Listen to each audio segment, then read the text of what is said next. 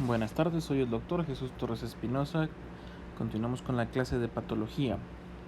En las clases anteriores pues estuvimos revisando lo que era ya la insuficiencia cardíaca, que puede ser secundaria a un efecto tan catastrófico como un infarto, o puede ser secundaria a, digamos, una hipertensión arterial o otras situaciones un poco más leves, pero que si se mantienen de forma sostenida durante un largo periodo de tiempo, nos van a provocar pues el problema de la insuficiencia. Ahora, esta insuficiencia cardíaca puede ligarse directamente con la insuficiencia renal o de otras formas, por ejemplo, la hipertensión, la diabetes y el síndrome metabólico en general se puede ligar con esta insuficiencia renal. Entonces, ahora lo que sigue, la siguiente patología que vamos a revisar, pues es precisamente esa, la insuficiencia renal. Ahora, habrá que recordar entonces qué hacen los riñones.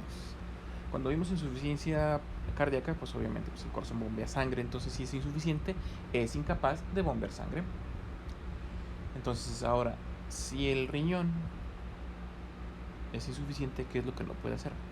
Bueno, los riñones lo que se dedican es a filtrar el plasma de la sangre para eliminar ciertas sustancias de desecho, mantener el equilibrio de los líquidos, y tienen una función también endocrina en la cual secretan eritropoyetina, la cual se va a encargarnos de generar eritrocitos. Entonces, si hay una insuficiencia renal, pues van a fallar estas situaciones, estas cosas. Se van a empezar a retener líquidos, se van a empezar a retener electrolitos. ¿Por qué? Porque el riñón va a dejar de filtrar el plasma. Entonces va a disminuir la diuresis. Y si disminuye la diuresis, todo el líquido que entra se mantiene, lo cual altera el volumen, lo cual altera varios electrolitos, lo cual nos va a generar varios problemas. Por ejemplo, pues agravando situaciones como la insuficiencia cardíaca, agravando situaciones como la hipertensión. Ahora, dentro de las insuficiencias renales, y digo las porque hay de muchos tipos, pero vamos a clasificarlas en dos grandes grupos. La insuficiencia renal aguda y la insuficiencia renal crónica.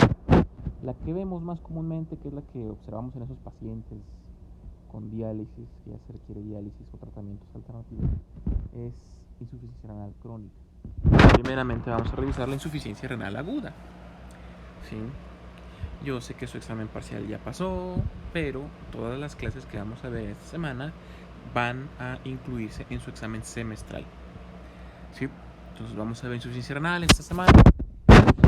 Aguda, crónica, si alcanzamos a ver las dos. Y no, pues nada más esta, ¿verdad? Entonces, empezaremos con algo simple, como sería la definición de la insuficiencia renal, que va a ser términos generales como disminución o suspensión súbita, esta palabra es muy importante, súbita, de la filtración glomerular. ¿Sí? La filtración glomerular, recuerden que el glomérulo va a ser la porción más pequeñita del riñón que conforma a la nefrona, que es la parte más pequeña y funcional del riñón. Entonces, esto se va a acompañar de retención de desechos nitrogenados o alteraciones del equilibrio hídrico, o sea, hace retención de líquidos. También alteración del ácido base y del metabolismo en general. En grado variable también se va a ver alterado el volumen urinario, aunque por la definición pues vamos a encontrar que vamos a definir esta insuficiencia renal por la presencia de anuria. ¿Sí? Ahora, en el caso de la insuficiencia renal aguda, pues como dice la definición, tiene que ser súbita. ¿Sí?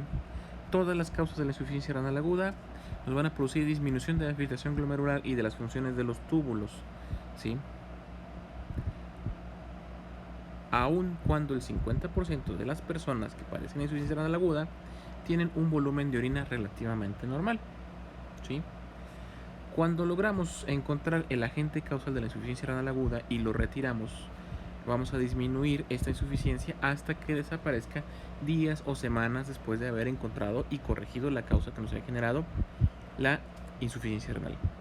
Ahora, si esta insuficiencia renal viene a partir de que haya una obstrucción del flujo sanguíneo, puede haber un infarto renal o necrosis cortical, lo cual disminuiría el número de glomérulos y nefronas funcionantes, entonces va a evolucionar a insuficiencia renal crónica. Todas las insuficiencias renales agudas pueden, si se complican y si no las controlamos, evolucionar a insuficiencia renal crónica. La insuficiencia renal crónica es irreversible. ¿Sí? Esa es una de las diferencias entre aguda y crónica, que la crónica es irreversible y la aguda puede ser reversible hasta cierto punto. ¿Sí? Podemos tener insuficiencia renal aguda que inicie por ciertas afecciones autoinmunes y que va a disminuir igual cuando corrijamos dicha causa. Un paciente que insuficiencia renal crónica puede sufrir también procesos de insuficiencia renal aguda. Ya tiene una insuficiencia renal crónica, pero se agrava de forma aguda y hay que ver la causa. Si la causa es reversible, entonces tenemos una agudización de la insuficiencia renal crónica, la cual mejorará en cuanto nosotros corrijamos la causa de esa agudización. Lo malo es que nos dan un periodo de ventana terapéutico muy pequeño. Son ventanas muy pequeñitas, quiere decir que son enfermedades rápidamente progresivas. Si no las corregimos en horas, vamos a tener las complicaciones que estamos mencionando. Entonces tenemos tres tipos de etiologías. Una es la prerrenal, en lo cual tenemos una lesión indirecta del riñón. ¿Sí? Algo antes del riñón está haciendo que no llegue suficiente sangre, está haciendo que falle alguno de los mecanismos, pero es antes del riñón. ¿Sí? La injuria indirecta o la lesión directa viene en la insuficiencia cardíaca de origen, perdón, insuficiencia renal aguda de origen renal. Algo en el riñón está dañándolo y evita que éste filtre adecuadamente. Y tenemos un tercer tipo que es la postrenal. ¿Sí? Que aquí pues queda como postrenal, quiere decir que algo después del riñón está evitando que este filtre. ¿Qué puede ser ese algo? Cálculos, es la más básica. Quiere decir que una piedra, un cálculo o algo está obstruyendo la vía de salida de la orina. Nuestro riñón está funcionando bien, está produciendo la orina, pero algo está obstruyendo la vía de salida. Ahora tenemos primeramente la etiología prerrenal, antes del riñón.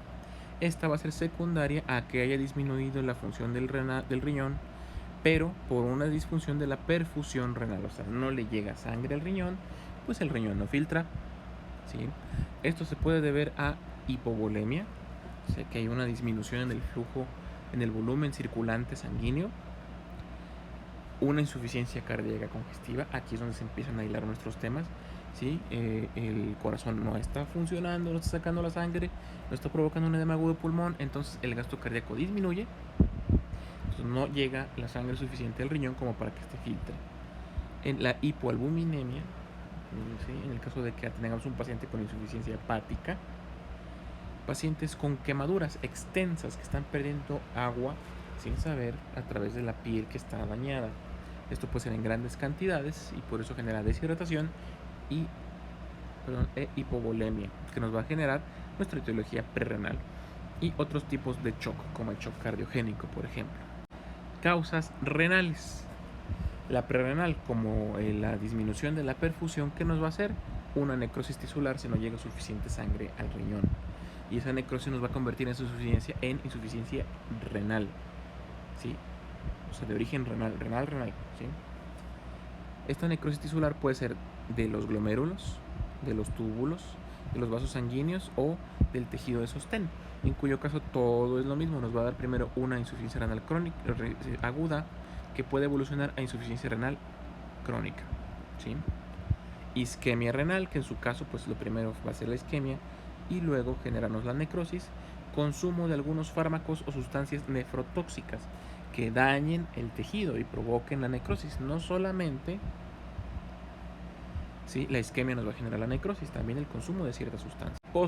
Y la postrenal, pues son por obstrucciones a diferentes niveles, ¿sí?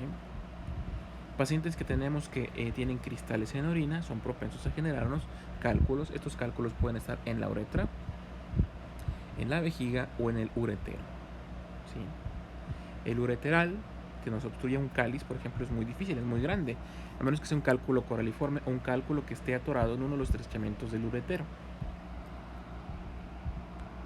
¿Sí? Dentro de la fisiopatología, pues primero vamos a tener cambios en el glomérulo. Recuerden que el glomérulo va a ser el encargado de filtrarnos la orina. Si el glomérulo sufre cambios que disminuyen su capacidad para filtrar orina, entonces va a empezar a filtrar menos y se empieza a dar la insuficiencia renal. Luego, una disminución del flujo sanguíneo va a alterarnos al glomérulo, obviamente. Si no tiene con qué trabajar, pues no va a trabajar, ¿sí? Si está obstruido los túbulos, ¿sí? Estos túbulos, entonces va a empezar a acumularse líquido en ellos, la orina filtrada. Esto incrementa la presión de las paredes. Esto va a generarnos inflamación y daño de los túbulos, ¿sí? Ahora, en cuanto a la isquemia renal, la disminución del flujo sanguíneo del riñón nos va a generar los dos tipos, un cambio en los glomérulos y un daño tubular. Primeramente, el cambio en los glomérulos nos puede llegar a una contracción del mesangio, lo cual disminuye también la tasa de filtración glomerular. Puede generar vasoconstricción. Recuerden que los vasos son los que administran la sangre, entonces si está vasoconstriñido, llevará sangre rápido, pero no en gran cantidad, entonces disminuye también la tasa de filtración glomerular. Esta vasoconstricción disminuye el oxígeno de la médula externa y de la corteza, ¿sí? También puede haber una congestión medular que disminuye también el oxígeno en la médula y en la corteza, lo cual puede generarnos necrosis y daño irreversible. El daño tubular ya viene después de esta disminución de oxígeno en la médula, ¿sí? Este daño tubular también se puede dar por una obstrucción tubular o porque estamos teniendo un retorno desde la parte donde esté tapado el conducto, lo cual también disminuye la tasa de filtración glomerular. Entonces todos estos fenómenos pueden estar presentes en el mismo paciente, lo cual agrava la situación y es una de las razones por las cuales este tipo de enfermedad es de rápida evolución a insuficiencia renal crónica. Ahora, es muy variable, por ejemplo, en niños puede variar el origen muy fácilmente. Los niños son muy proclives a tener enfermedades de infecciones de las vías urinarias, ¿sí? IBUS, y son muy probable que se generen hacia arriba, generando pielonefritis, porque recuerden que el paciente pediátrico, ¿sí? Principalmente, pues, por ejemplo, lactantes menores, lactantes mayores, pacientes que no desarrollan todavía el habla, no nos indican exactamente qué síntomas tienen. Entonces, si no, nos vamos a dar cuenta hasta que tengan fiebre y resulta que ya tienen un problema más grave que una simple infección de vías urinarias bajas. Vamos a darnos cuenta que va a haber un riñón incrementado de tamaño porque tiene edema intersticial por la retención de los líquidos. Podemos ver cortezas engrosadas, macroscópicamente pálidas, excepto en pacientes con sepsis. En pacientes con sepsis va a ser al revés. No van a estar pálidas, sino que van a estar hiperémicas, ¿sí? Tubulorexis, ruptura de los túbulos. Esto es porque está habiendo incremento de presión, porque no se está liberando la orina y posteriormente pues la necrosis cortical, lo cual nos genera ya un fallo irreversible, ¿sí? Aquí tenemos una imagen, sé que es difícil de entender, ¿sí? Pero por ejemplo aquí tenemos una imagen característica de la corteza renal, pero que ya se ha dañado por un infarto hemorrágico de la médula y de la zona profunda de la corteza. ¿Sí? La corteza la ubicamos de este lado, ¿sí? Y el daño está más aunado hacia el centro, en esas áreas oscuras que estamos viendo. ¿Qué le vamos a ver a nuestro paciente? ¿Qué síntomas va a tener? Primero va a tener alteraciones de los líquidos corporales manifestado por edema. Puede tener edema en algunas partes, o puede ser, por ejemplo, que tenga una hipovolemia secundaria en una deshidratación severa, entonces tiene datos de deshidratación. Va a tener un desequilibrio en el pH, retención de CO2 y alteración de los electrolitos. Sí, entonces va a tener una disminución también del volumen de filtración glomerular.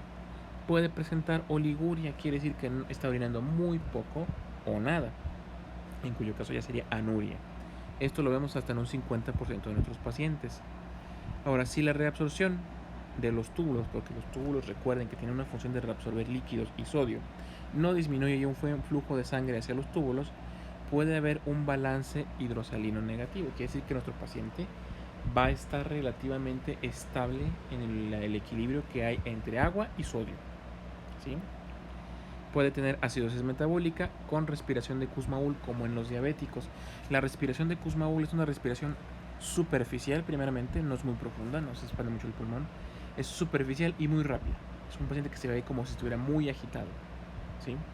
Y aparte, pues alteraciones electrocardiográficas según el electrolito que esté alterado. Son diferentes si hay alteraciones en el potasio o en el sodio. Vamos a buscar la sintomatología de nuestro agente etiológico. Si es un paciente que sospechemos de una insuficiencia renal prerrenal, como les dije, sería un paciente que llega muy deshidratado, por ejemplo, un anciano, ¿sí? O un bebé también, puede ser un niño que esté muy deshidratado, entonces hay una hipovolemia, entonces nuestro paciente cae en anuria. Puede ser un paciente que tenga, por ejemplo, una insuficiencia cardíaca, ¿sí? Un paciente tal vez con una herida grande que estuvo sangrando mucho, entonces hay pérdida de volumen. Un paciente con quemaduras, ¿sí? Si es de obstrucción, pues el paciente va a tener historial de obstrucciones por cálculos, tal vez, ¿sí? Entonces, pues ya tenemos el historial, ¿no? Y viene con datos de obstrucción. Trae dolor, no está orinando, pero trae el dolor característico de la nefrolitiasis. Sí, por hoy aquí terminaremos la clase, continuamos la siguiente viendo más datos de insuficiencia renal crónica y pasaremos a la aguda.